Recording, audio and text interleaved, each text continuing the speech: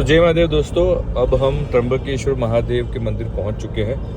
ये मंदिर करीब नासिक से 22 किलोमीटर दूर पड़ता है और प्रचलित कथाओं के अनुसार यहाँ पे देवी अहल्या और उनके पति ऋषि गौतम रहते थे। कुछ आपसी मतमताओं के कारण बाकी ऋषियों ने उनके ऊपर गौ हत्या का दोष चढ़ाया था और उनको कहा गया था कि प्रायश्चित के रूप में उनको यहाँ पे गंगा जी को लाना होगा।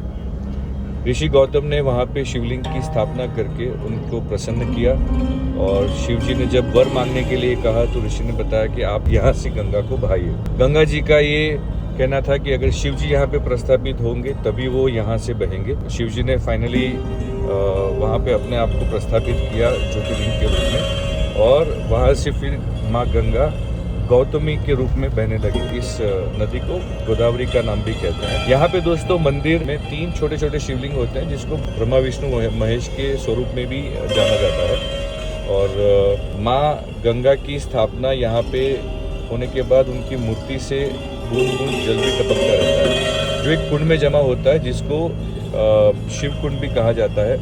और माना जाता है दोस्तों कि अगर आप त्र्यंबकेश्वर के दर्शन करते हैं तो आपको ये कुंड के दर्शन करने ही चाहिए।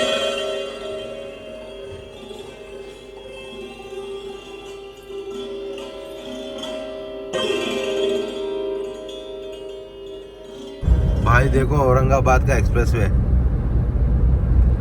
बड़ा ही गजब लेवल का है, एक्सट्रीम एकदम।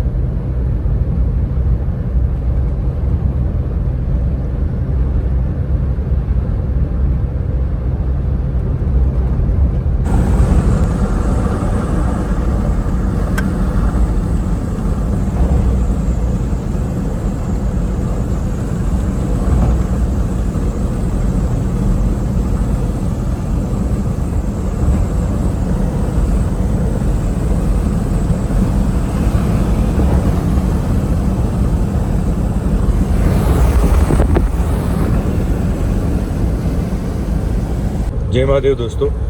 अब हम औरंगाबाद के कृष्णेश्वर महादेव मंदिर पहुंच चुके हैं। अगर प्राचीन कथाओं की अगर हम माने तो देवी ग्रीष्मा जो हर रोज 101 पार्थिव शिवलिंग की विधिवत पूजा करके पासी के सरोवर में उनका विसर्जन करती थी। उनको एक पुत्र प्राप्ति हुई थी बट पारिवारिक कलेश के कारण उनकी बहन ने उसकी हत्या कर दी और उसी जलाशय में वो उस पुत्र को समाधि दे दी जहाँ पे देवी कृष्णा रोज 101 शिवलिंग को विसर्जित करती थी। ये जानने के बावजूद देवी कृष्णा विचलित बिल्कुल नहीं हुए और शिवमय होकर वो उनकी पूजा करते रहे।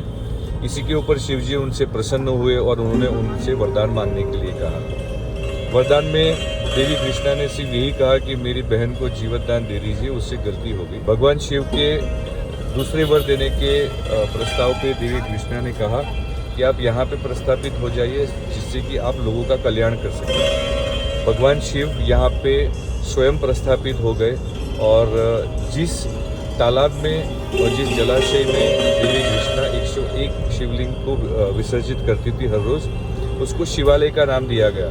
तो आइए दोस्तों कृष्णेश्वर महादेव के दर्शन करते हैं। जय माता।